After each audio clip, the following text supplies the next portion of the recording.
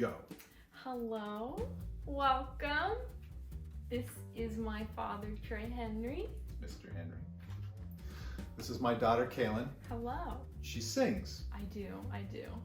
And we're here today to discuss our newest cover that we are releasing, Viva La Vida. We just wanted to talk about the creation story behind the whole song today.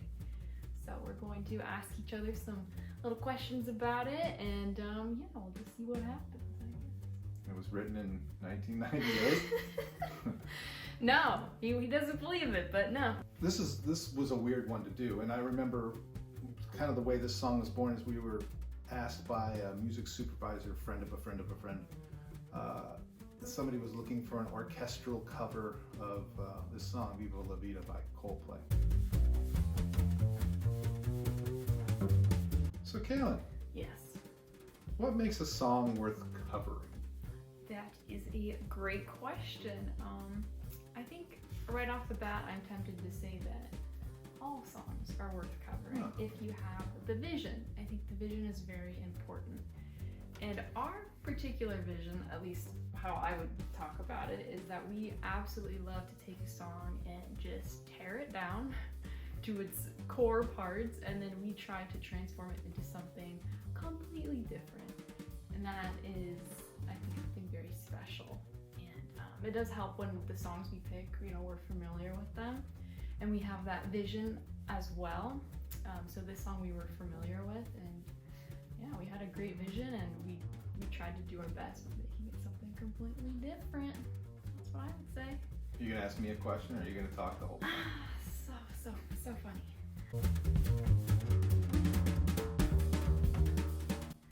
What is the first thing you arrange in a song? Well, obviously, it's not obvious. The most important thing to me is the melody and the lyrics. The melody and the lyrics. So we've been doing this for a long time.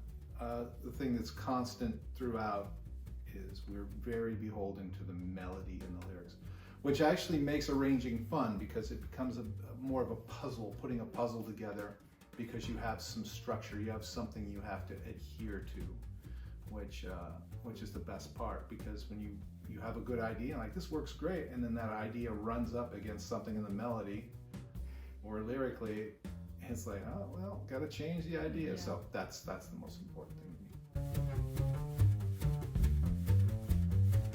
So how did you prepare to sing this song in this way? Good question. Thank you. Yeah. It says right here. Well, I kind of have this particular process that I use for any song that we cover. Luckily for this song, I already knew it. I grew up listening to this song, so I had a good idea of the melody. But that is the first thing that It was written the year you were born. No, it wasn't. It was not. 2008. Yeah. That's right. Yeah. But what I like to, start off when I'm learning anything is I love to get this man here to make me a lovely demo that I can learn and sing to. Take my own time to learn it and get a handle of it. And then from there, once I have the bare bones down, then I can think about the delivery that I'm trying to go for. And I can try to weave that more into what I'm doing. And so that's usually what I try to go into the recording studio with, is that having all of those things finalized. And then, like in this song, we have some oohs and ahs and things like that happen in the end. And that stuff is my favorite. My favorite thing to do with that stuff is to do it on the spot in the studio. That's, for some reason, I learn best on my feet when it comes to those harmonies and oohs and ahs and things like that.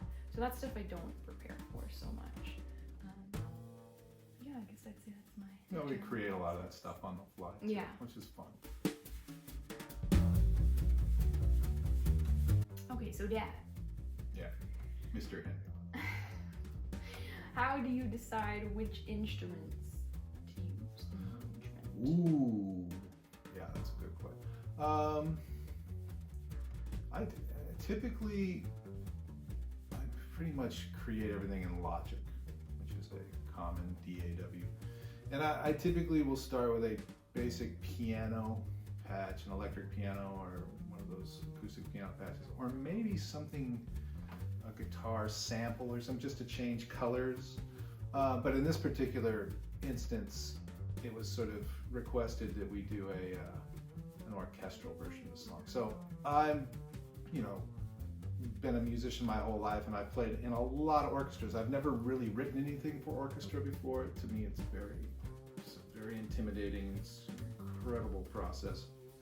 So it took me a long time, but I played in so many orchestras in my career and in my life. I sort of know what it's supposed to sound like, I suppose, the articulations of the instruments. And so I just went slow and figured it out, and kind of came up with some ideas here and there, and then just tried to sew them all together. And then it's like any other creative process, you get to a point where it starts to gather momentum and you get that chill. It's like, hey, this is gonna work, and that's fun. And then it was just a question of fine-tuning stuff. But generally, when we're doing an arrangement of anything, I really don't have a preconceived idea what the instruments are. I'm lucky that I have access in my musical community of the greatest studio players in the world here. So it's pretty much, oh, do we want, trumpet on this? I know just the guy.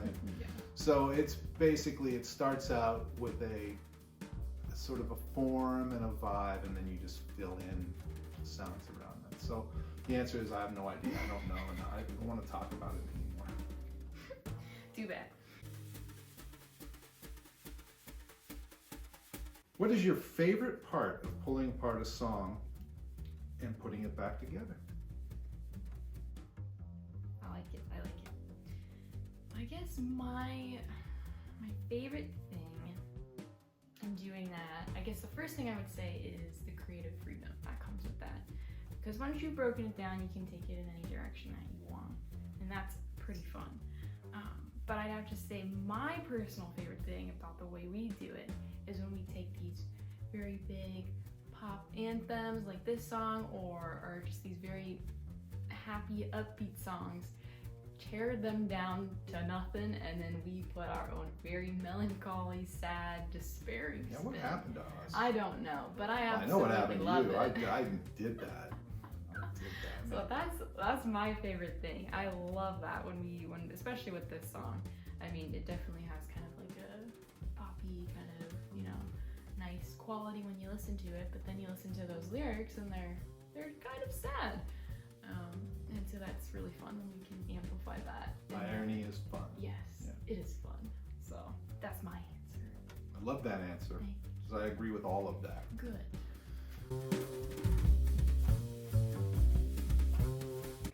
What is the thing that you admire most about the original Coldplay song? That's a hard one. I said, it's the phrasing of the vocal is really interesting. Really? Yeah. Okay. Yeah, because there's sometimes where he interrupts words with another word. It's That's like true. there's this weird lack of a flow Yeah. that really works. It really kind of creates this idiosyncratic, I don't know, flavor. But I like that band. I think they do a lot of little left-handed cool stuff like that. Yeah. I'd say that. And then just the production, just just the whole package is it's got a very deep color to it. Yeah. Yeah. It's a good song. That's why we chose It's a it. good song. It's a good song. But Is this- now, we got these questions. Showing me the hand. These questions are for both of us. All right. Okay. Kalen, Yes. was there a point when you weren't sure this thing was gonna work? I guess my quick answer would be no. Like you mentioned, we were kind of tasked with this. It was a project, and because of that, we were pretty determined to make it work. So I personally never had a point where I was like, is this gonna happen? Is it gonna be okay? I do remember there was a point when we got it down to 2 arrangements, I think, 2 different, and they were pretty contrasting. Yeah. things, and so maybe in that moment it was a you know, what was going to work best.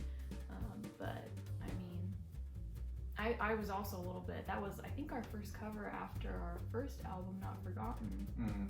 And so I was a little bit more preoccupied with, you know, being in a real studio with a whole audience full of people who had asked us to do this project. So that's more so where my mind was at during this whole thing. But what about you? Your turn. Yeah, they're all gonna work. You know, as soon as you set out to do something, anything creative, it's gonna exist. Yeah, it's gonna So happen. whether or not it's good, or you feel like it's good, that's a different story. And I had doubts. Like I said, I've never really written for anything orchestral before, so I had doubts about how I was going to make this work. And of course, you know, this particular song uses samples, and that's a whole other learning curve. So yeah, I was going in without a ton of knowledge, so I wasn't entirely sure it was going to work, but I knew the whole time it was going to work. Great logic. Yeah.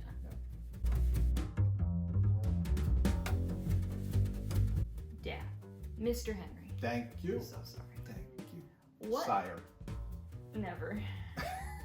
What did you learn in the process of creating this song? Yeah.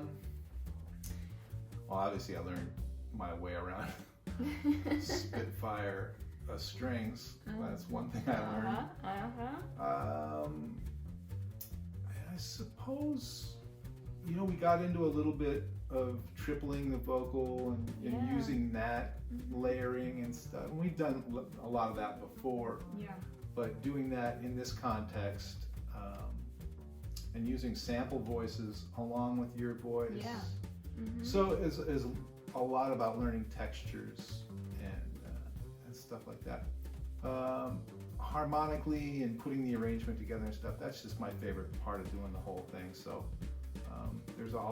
that's always enjoyable to me. But the production on the other end of it, it's daunting, it's a lot, and we've had a tremendous amount of help with Paul Viapiano, my partner. So he just has a way, you know, we just send anything to him and say, here's kind of the direction, and he immediately goes, oh, I get it, and then he, you know. He's great. Yeah, he's great. Yeah. So that was a big part of the learning process for me, is how you get from the concept to a finished, mixed, mastered product that sounds special. I think we did that. I do. I like this one. I'm confident in this one. Good. All the other ones, I don't know. I would say what I learned, the biggest takeaway I had when we first recorded and did this cover was that we could, you know, we had just done this whole album of the jazz covers, of Nat King Cole jazz covers, and we were pretty blown away, I think, or a little bit surprised, pleasantly surprised with what we were able to do. We were able to take those songs and really make them into something else. And so when we branched out with this first one, since that time, I was very impressed to see that we could expand on our abilities. Yeah, it's very different. I was like, wow, we could really do this with anything. We can take this pretty far. So that was my biggest thing that I learned. But I mean, also just I got more recording experience and studio experience and working with this one experience. So definitely just like the logistics and the tools and things like that, definitely learned some pretty important things. It's all about growth. It's all about growth. So thanks for, watching this video. We're pretty excited about this song. It is going to be the first cover of several that will comprise a project we have going on here. So we're very excited to start this journey. And again, this is the first of many to come. Yeah, we got a bunch more covers on the way, similarly pulled apart. I think we're talking about calling the project Blurred, right? Yeah. Is that what we're talking about? What we're thinking So about. be on the lookout for Blurred. Blurred. if anybody watching has any questions for us about our song or our process or anything like that, feel free to comment them, or however you want to do that. We are always willing to answer and give our abundant knowledge. That's it. That's all we got. Until next time, Until next time. enjoy. Ba, ba, ba, ba, da, ba, ba, da. That's not how it goes.